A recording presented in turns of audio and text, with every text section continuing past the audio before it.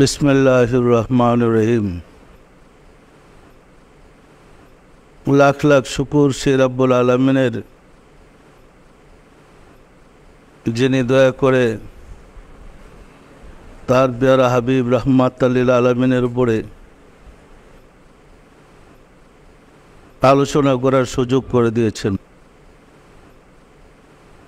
আসলে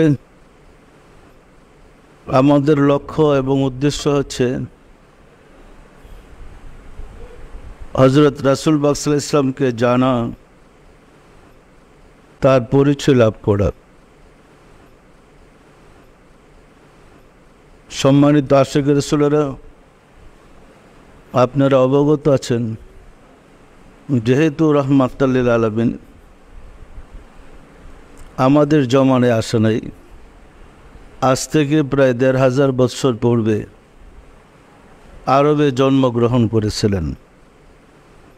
সেহেতু সেই রাসূল সাল্লাল্লাহু আলাইহি ওয়াসাল্লামের শানে জানা আমাদের পক্ষে সম্ভব নয়।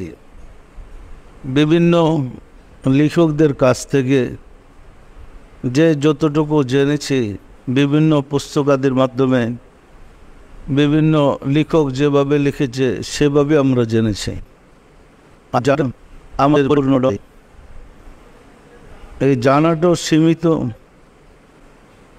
এবং যে লেখকরা লিখেছে তারাও রাসূলের শানে পরিপূর্ণ লিখতে পারে নাই এবং লিখতে জানেও না, যার কারণে বিকৃতি ইতিহাসটাই রাসূলের আমাদের সমাজে আসছে। যেমন আমাদের সমাজের, আমাদের দেশের মুসলমানদের ধারণা আসছে যে রাসূল সাল্লাল্লাহু আলাইহি ওয়াসাল্লাম গরিব ছিলেন, না খেয়ে পেটে পাথর বেঁধেছেন, ইহুদির খেজুরের বাগানে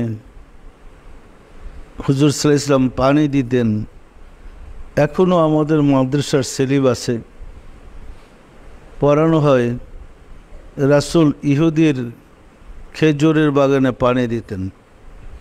ফলে ইতিহাস থেকে, বিভিন্ন গ্রন্থ থেকে রাসূল সম্বন্ধে আমরা যা জেনেছি এটা অপূর্ণ ধারণা, বলতে গেলে একটা ভুল শিক্ষা পেয়েছি।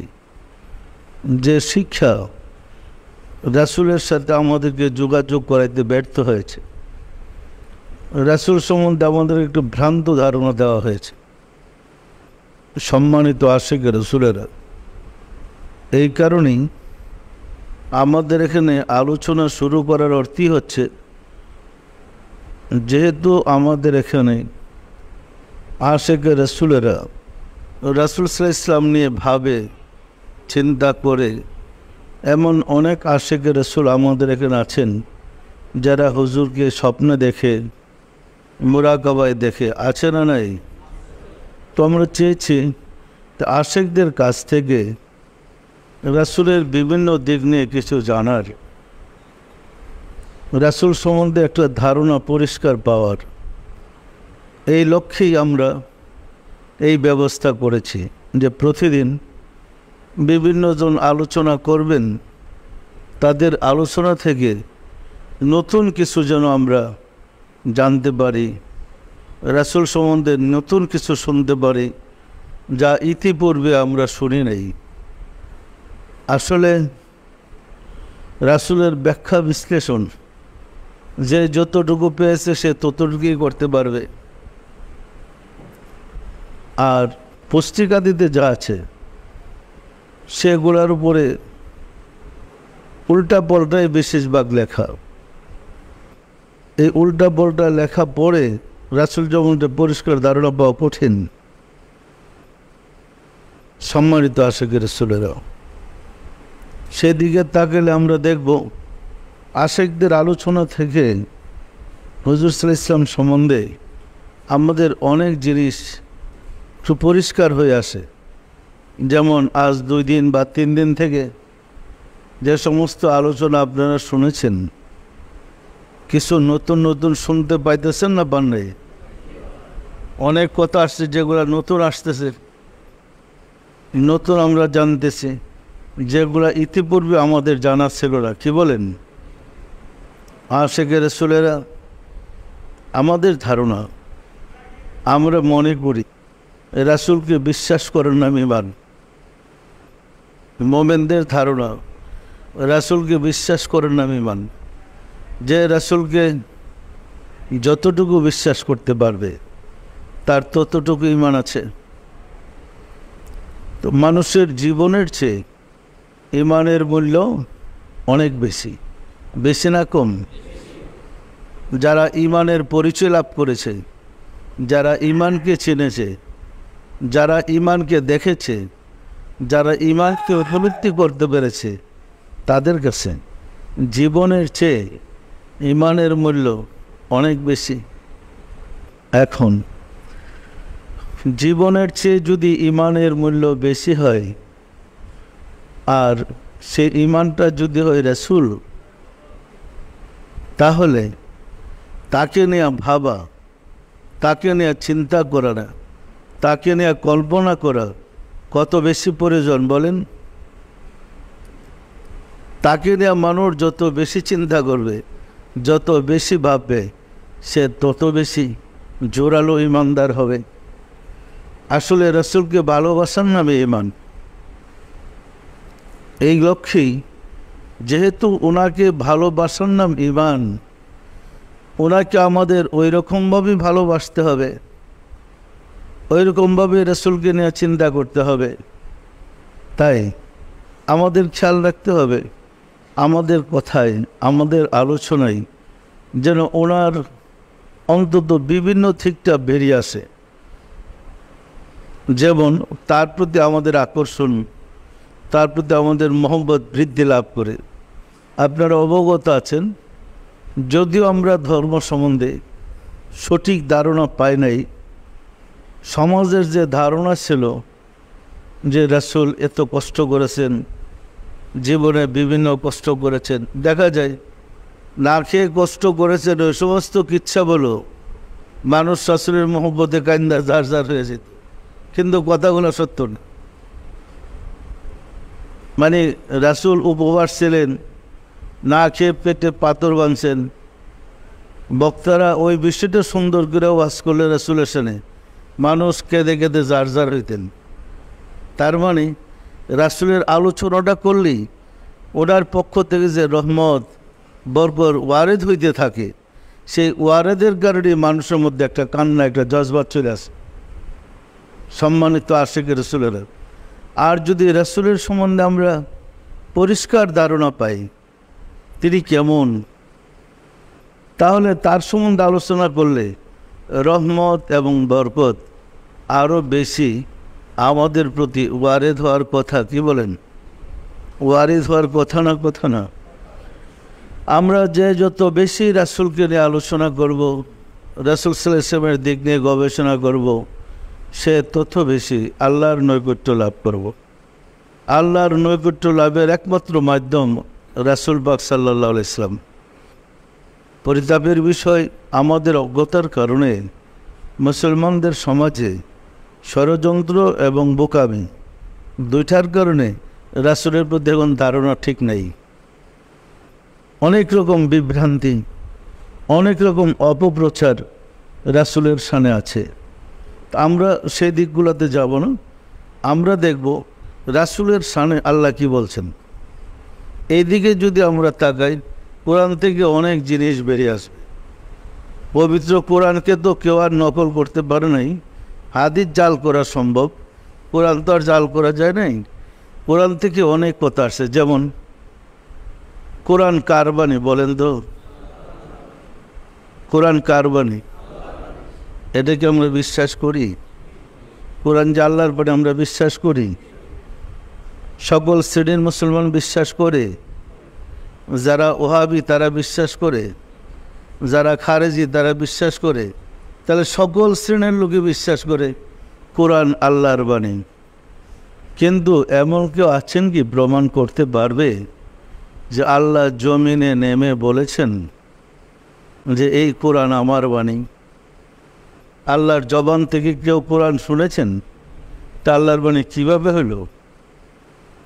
কোরআন কার জবান থেকে বের হয়েছে?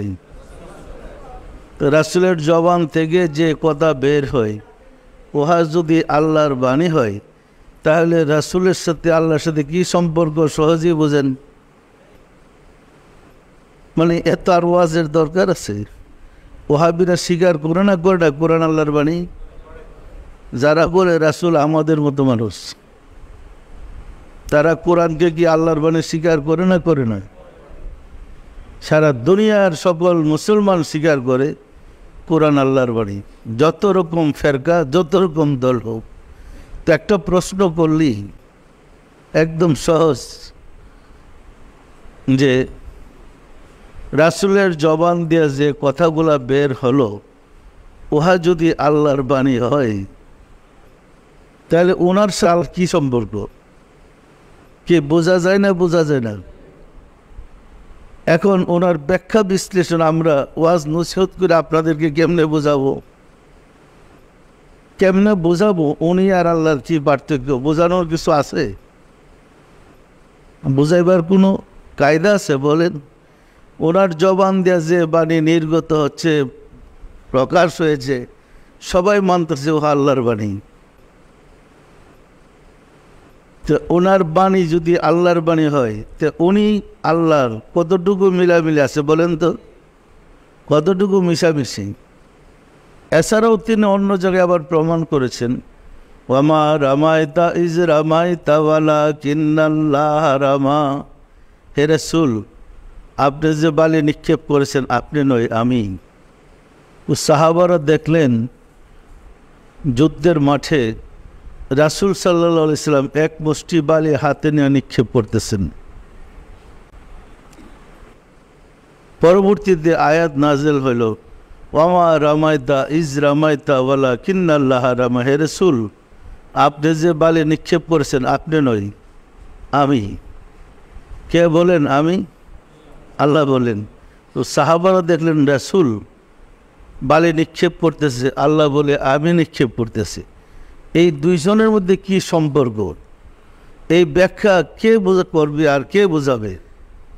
বোঝান কঠিন না কঠিন না বলেন? তো যেহেতু সমাজের মানুষকে বোঝানো কঠিন, আমরা এই কোরআনের ব্যাখ্যা হাদিসের ব্যাখ্যা ধারণ করা কঠিন, সেহেতু পেশায় পুষায় বলতে হয়। যেমন ধরেন হাদিস শরীফ আসছে, মান রাআনি ফাকাদ রাআল হক। আমরা এর ব্যাখ্যা করি, রাসূল বলেন যে আমাকে দেখেছে সে সত্যি আমাকে দেখেছে, বিশ্বাস করেন। এর অর্থ কিন্তু এটা না। তারপর আমরা বলতেছি যে আমাকে দেখেছে, সত্যি আমাকে দেখেছে, কারণ আমার সুরত শয়তান ধারণ করতে পারে না। অর্থ কিন্তু এটা হয় না। অর্থ বলে যে আমাকে দেখেছে সে হককে দেখেছে। মান রাআনি ফাকাদ রাআল হক, যে আমাকে দেখেছে সে হককে দেখেছে, আল্লাহকে দেখেছে। এর অর্থ কিন্তু এই, যেহেতু সমাজে মানানো যাবে না, আমরা একটু মানে শোনাই বলতেছি যে আমাকে দেখেছে, সত্যি আমাকে দেখেছে। এই কারণে এক অনুষ্ঠানে আলোচনা করতে গিয়ে আজ থেকে ধরেন 17-18 বছর আগে, তখন আমরা দেওয়ানবাগ শরীফে 14 শরীফের জলসা করতাম। ইমাম শাহ চন্দ্রপুরী রাহমাতুল্লাহ আলাইহির ওয়াফাত স্মরণে, হ্যাঁ ওয়াফাত না, 14 শরীফের জলসা করতাম। 14 চৈত্র উনি ইন্তেকাল করেছিলেন। তাই আমার মনে আছে, আমি রাসূলের প্রসঙ্গ বলতে গিয়ে আমি তো নিজের ইচ্ছে বলতে পারি না। মানে গোলাম যেমন মনিবের ইচ্ছার বাইরে কিছু করতে পারে না, আমাদের অবস্থা অনেকটা তাই। তো হঠাৎ আলোচনার মধ্যে চলে আসছে যে সাধনা করে হুজুরের সামনে আমরা যা দেখেছি যা পেয়েছি সেটা এমন, মুদ্রার এই পিঠ আর ও পিঠ। আল্লাহ এবং রাসূলের সামনে সাধনা করে যা উপলব্ধি করতে পেরেছি সেটা এইরকম, আল্লাহ এবং রাসূলের পার্থক্য মুদ্রার এই পিঠ আর ওই পিঠ। মুদ্রা কয়টা বলেন তো? এই পিঠ আর ওই পিঠ। রব আর রহমত, পরিষ্কার না? পরিষ্কার না? সুতরাং ওনার ব্যাখ্যা আমরা কী করব? যাকে বিশ্বাস করলে আমি ইমানদার হব, যাকে মানলে আমি ইমানদার হব, যাকে মহব্বত করার নাম ইমান, তার সম্বন্ধে আমরা কি আলোচনা করতে পারবো? সম্ভব? তবে এই আলোচনার উদ্দেশ্যটি হচ্ছে আমরা যেন তার কাছাকাছি যেতে পারি, তার সম্বন্ধে চিন্তাটা আমাদের পরিষ্কার হয়, অন্তত কিছু সময় তাকে নিয়ে থাকি, তার আলোচনায় থাকি। এই সময়টা যেন তার রহমতের ভিতরে আমরা পরিবেষ্ট থাকতে পারি, তার রহমতের ভিতরে ডুবে থাকতে পারি। এই লক্ষ্যে আমাদের আলোচনা। আমি কি কিছুটা ধারণা দিতে পেরেছি? এছাড়াও বিভিন্ন বক্তাদের কাছ থেকে দীর্ঘ জিন্দিগির কিছু কিছু আলোচনা, তাও তো আমাদের বিভিন্ন কিতাব থেকে জানা, বিভিন্ন লেখক থেকে জানা। আমরা তো বই পড়ে এর বাইরে কিছু বলতে পারবো না। পারবো? দেখব তাকে এক একজন এক এক রকম অ্যাঙ্গেলে দেখেছে, এক এক রকম চিন্তা করেছে। এই কারণে সঠিকভাবে জানতে হলে আমাদের কলমের বিদ্যা দিয়ে জানতে হবে। আমরা আলোচনা দিয়ে আপনাদেরকে ধরে রাখতে চাচ্ছি, এই সময়টা তো রাসূল সম্বন্ধে কিছুটা চিন্তা করেন, রাসূল সম্বন্ধে কিছু কথাবার্তা শুনেন, আপনার কলমটা কিছু পরিষ্কার হোক। আশিকে রাসূলেরা, নিশ্চয়ই আমার কথা থেকে ধারণাটা আপনাদের পরিষ্কার হয়েছে কি উদ্দেশ্যে আমরা এই আলোচনার সভাটা করেছি। পরিষ্কার না? পরিষ্কার না? আমরা চাই রাসূলকে পেতে, রাসূলকে জানতে, রাসূলকে উপলব্ধি করতে, রাসূলকে সিনায় ধারণ করতে, এবং আমরা চাই মোমেন হইতে। তার জন্যেই আমাদের বিভিন্ন দিক নিয়ে আলোচনা করা। অনেক ঘটনা আছে হুজুরের জীবনের, যাহা আমাদের জানার সুযোগ হয় নাই, যাহা আমরা উপলব্ধি করতে পারি নাই। পবিত্র কোরআনে প্রতিটা আয়াত তার জবান দিয়ে বের হয়েছে। প্রতিটা কথা যাহা কোরআনের বাণী রাসূলের জবান থেকে এসেছে। কি বলেন? আসছে না? আসে নাই? এখন আমরা কেমনে বোঝাবো আপনাদেরকে কোরআন আর হাদিসের পার্থক্য কী? আমার মনে আছে, আমার মুর্শিদের দরবারে যখন আমি গোলামি করতাম, সম্ভবত মেঘনার পারে এক জায়গায় গজারিয়া মাহফিলে গেছিলাম। ওই এলাকায় মাহফিলে গেলে পরে আমি তখন শুধু আর্মি থেকে রিজেন দিয়ে চলে আসছি, একদম অল্প বয়স, লেনথেন ছিলাম, একদম শুকনা অল্প বয়স ছিল আমার। মাহফিলে গেলে পরে যাত্রায় হুজুরের পাল্লায় পড়ছে। হুজুরের ছেলে আমাকে তার বাড়িতে মাহফিল করতে নিয়েছে। ওলামা টার্ম নিয়ে আমি ওইখানে গিয়েছি। উনি হলো দেওবন্দ থেকে দীর্ঘদিন থেকে ডিগ্রি নিয়ে আসছেন, দেওবন্দি আলেম। উনি পীর পছন্দ করেন না। তার ছেলে আমাদেরকে তার বাড়িতে নিয়ে গেছে। মাহফিলে যাওয়ার পরে ছেলে ব্যবস্থা করেছে ওয়াজের, বাপ থাকবেন সভাপতি। বাবা তার দলবল দিয়া লাঠি ছুটা জোগাড় করতেছে হামলা করার জন্য।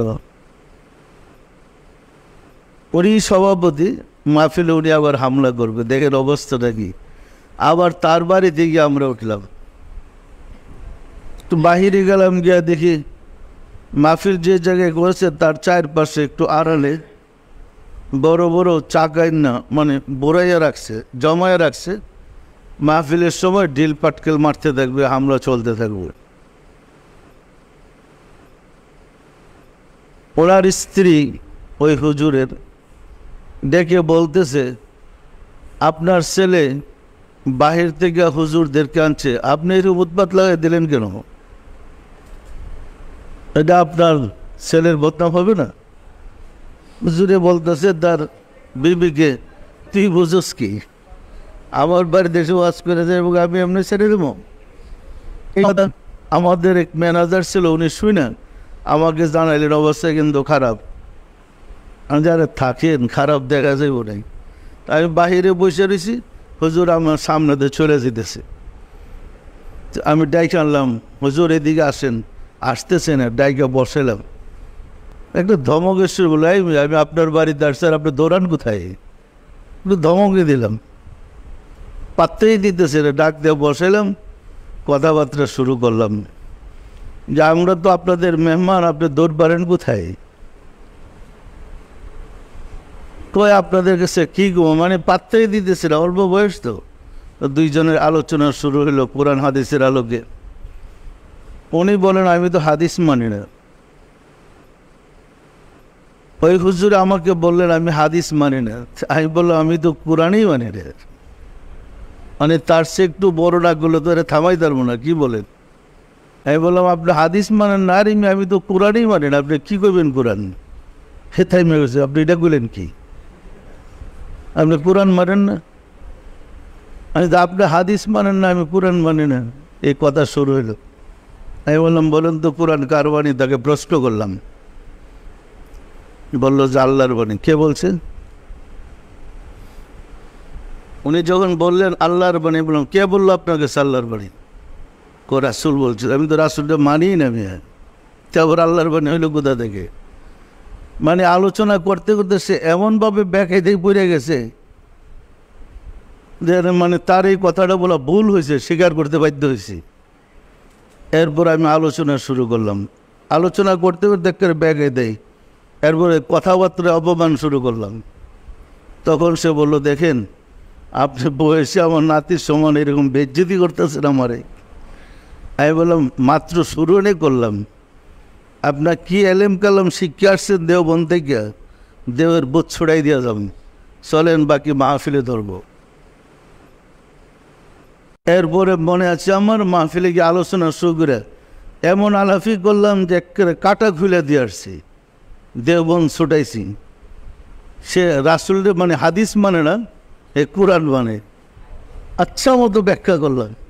শেষ পর্যন্ত আমাকে কিছুক্ষণ বড় বড় ডেকে হুজুর তো ওই খাবার ঠান্ডা হয়ে যেতেছে, খাইবেন না? মানে ভিজে দেন কী করবো, সভাপতি তো। আচ্ছা মতো যাইরা ওয়াজ ধরতে করে পরে চলে আসলাম। চিন্তা করেন হাদিস মানে না, তাহলে হাদিস কার বাণী আর কোরআন কার বাণী? এর ব্যাখ্যা কিন্তু হুজুরদের দেওয়া কঠিন। হুজুর যখন স্বাভাবিক অবস্থায় কথা বলতেন, সামাজিকভাবে উহাকে হাদিস বলা হয়েছে। উনি যখন আল্লাহর সাথে মিশে কথা বলতেন, উহাকে কোরআন বলা হয়েছে। ওনার কথাই হাদিস, ওনার কথাই কোরআন। তো অর্ধেক মানেন অর্ধেক মানেন না, এটা তো ঠিক না, কি বলেন? তাহলে কোরআন কিন্তু ওনারই কথা। উনি যখন ফানা অবস্থায় কথা বলেছে, উহাকে বলেছে কোরআন। উনি যখন স্বাভাবিক অবস্থায় কথা বলেছেন, উহা হয়েছে হাদিস। পরিষ্কার না? পরিষ্কার না? তাহলে যিনি ফানা অবস্থায় কথা বলে কোরআন হয়ে যায়, ওনার ব্যাখ্যা বিশ্লেষণ করে আমাদের আজকে এক বক্তা ওদের বলতেছিলেন 7 সমুদ্রের পানি যদি কালি হয়, তার সাথে যদি আরও 7টা সমুদ্র সংযোগ করা হয়, তাহলে 14টা সাগরের পানি কালি হইল। আর সমস্ত সৃষ্টি জগতের উদ্ভিদ জাতীয় গাছ যদি কলম হয়, তার প্রশংসা লিখে আল্লাহ বলেন সমস্ত কালি শুকাইয়া যাবে, এই 14টা সাগর শুকাইয়া যাবে, আমার প্রশংসার কণা মাত্র লেখা হবে না। পরিষ্কার না? পরিষ্কার না? কার প্রশংসার কণা লেখা হবে না? তার, যিনি একবার রাসূল হয়, একবার মিশে আল্লাহ হয়। ঠিক? পরিষ্কার না? পরিষ্কার না? ওনার প্রশংসাটা আমরা কি করব? বয়ান করা সম্ভব? আশিকে রাসূলেরা শুধু এতটুকুই বলবো যে যতটুকু বিশ্বাস করতে পারবেন সে ততটুকু ইমানদার হবেন। আসুন রাব্বুল আলামিনের সাহায্য চাই, তিনি যেন দয়া করে আমাদের জন্য তার হাবিবকে চিনার, তার হাবিবকে ধারণ করার, তার হাবিবকে বোঝার মতো জ্ঞান দান করেন। আমিন। আউযু বিল্লাহি মিনাশ শাইতানির রাজিম। বিসমিল্লাহির রহমানির রহিম। আস্তাগফিরুল্লাহ রাব্বি মিন কুল্লি জামবেও ওয়া আতুবু ইলাইহি। আয় আল্লাহ, জীবনভর নফসের খাহেশে শয়তানের ফেরেবে যত প্রকার গুনাহ করিয়াছে, সমস্ত গুনাহ হইতে তোমার নিকট তওবা করিতেছে। আয় আল্লাহ, দয়া করিয়া আমার তওবা কবুল করো, আমার গুনাহ মাফ করো। লা ইলাহা ইল্লাল্লাহ মুহাম্মাদুর রাসূলুল্লাহ। সবাই দিলের হাত উঠে বলেন আল্লাহুম্মা আমিন। ওগো দয়াল মাওলা, দয়াল খুদা, অদম কঙ্গাল বেকুগরা, আজকের দিনে তোমার হাবিবের সনে আলাপ আলোচনা করলাম, দুরূদ শরীফ সালাম পড়লাম, তোমার প্যারা হাবিবের সনে মিলাদ শরীফ পড়লাম। সবশেষে তওবা করে তোমার শাহী দরবারে জোরহাত করে মাফ চাই, দয়া করে মাফ করে দাও, আমাদের ভুল বেয়াদবিকে মাফ করে দাও, আমাদের ইবাদত সমূহ কবুল করে নাও, এর ফজিলত পৌঁছে দাও তাজদারে মদিনা সরকার দু আলম হযরত মুহাম্মদ মুস্তাফা আহমদ মুস্তাফা সাল্লাল্লাহু আলাইহি ওয়াসাল্লাম সওয়াব নজর বসাও রাসূল পাক সাল্লাল্লাহু আলাইহি ওয়াসাল্লামের সম্মানিত পিতা মাতা তদদিন নননেন আল আওলাদ রাসাব আজওয়াজ মুতাহিরিন আহলে বাইতিন খুলাফায়ে রাশিদিন দের ওয়াফাকিরে সওয়াব নজর বসাও খাতুনে জান্নাত ফাতিমা রাদিয়াল্লাহু তাআলা سيدنا حضرت ইমাম হাসান, সৈয়দনা হযরত ইমাম হুসাইন রাদিয়াল্লাহু তাআলা আনহুমা, যারা দিন ইসলামের জন্য কারবালার প্রান্তরে শাহাদাত বরণ করে গেল রে মাওলা, দয়া করে তাদের আরওয়াহ পাক হুজুরে সওয়াব নজর বসাও, সওয়াব নজর বসাও মাওলা। বাবা আদম আলাইহিস সালাতু ওয়াস সালাম হইতে রাসূল সাল্লাল্লাহু আলাইহি ওয়াসাল্লাম পর্যন্ত যত আম্বিয়া আলাইহিস সালাতু ওয়াস সালাম দারুল বাকায়ে তশরিফ নিয়েছেন, তাদের আরওয়াহ পাকের হুজুরে সওয়াব নজর বসাও মাওলা। আমার মুর্শিদ পিরানে পীর দস্তগীর সুলতানুল মশায়েখ সুলতান ইয়া মুজাদ্দাদ ইয়া তরিকার ইমাম শাহ চন্দ্রপুরী রহমাতুল্লাহ আলাইহি হুজুরের তার সহধর্মণি হযরত বড় মা রহমাতুল্লাহ আলাইহি হুজুরের সওয়াব নজর বসাও মাওলা। হযরত খাজা বাহাউদ্দিন নকশবন্দ রহমাতুল্লাহ, মুজাদ্দিদ আল ফিসানি রহমাতুল্লাহ, খাজা মাইনুদ্দিন চিশতি রহমাতুল্লাহ, বড় পীর আব্দুল কাদের জিলানী রহমাতুল্লাহ, তাদের তরিকার সিলসিলায় যত পীর ওলি গাউস কুতুব তামাম পৃথিবীর মোমেন মোমেনাত যে যেখানে ইন্তেকাল করেছে রে মাওলা, দয়া করে তাদের আরওয়াহ পাকের হুজুরে সওয়াব নজর বসাও, সওয়াব নজর বসাও রে মাওলা। আমরা ভিক্ষুকরা যারা তোমার শাহী দরবারে হাত উঠাইলাম, আমাদের আপন আপন গর্ভধারিণী মা জননী, জন্মদাতা পিতা, মহাপতের স্ত্রী, শ্রদ্ধা শ্বশুর শাশুড়ি, দাদা দাদি, নানা নানি, খালু খালা, ছেলে মেয়ে খেসাকরাবা যে যেখানে ইন্তেকাল করেছে রে মাওলা, দয়া করে তাদের আরওয়াহ পাকের হুজুরে সওয়াব নজর বসাও। আর যারা জগতের বুকে বেঁচে আছে তাদের প্রতি রহমত নাযিল করো।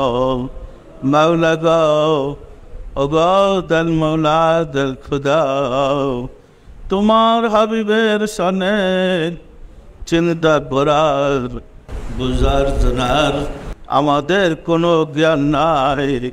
তুমি দয়া করে তোমার হাবিবকে ভালোবাসার, তোমার হাবিবের পরিচয় লাভ করার, তোমার হাবিবকে চিনার শক্তি আমাদেরকে ভিক্ষা দাও। আমরা যেন তোমার হাবিবকে জানতে পারি আর মনে প্রাণে মানতে পারি সুযোগ করে দাও। আমাদের মোনাজাত কবুল করে নাও। জগৎবাসীকে আশিকে রাসূল বানিয়ে দাও। ঈদে মিলাদুন নবী স্বর্গীয়ভাবে উদযাপন করার সব ব্যবস্থা করে দাও। আমাদের মোনাজাত কবুল করে দাও। আমিন। বা'দনা ইলাহা ইল্লাল্লাহ মুহাম্মদ রাসূলুল্লাহ।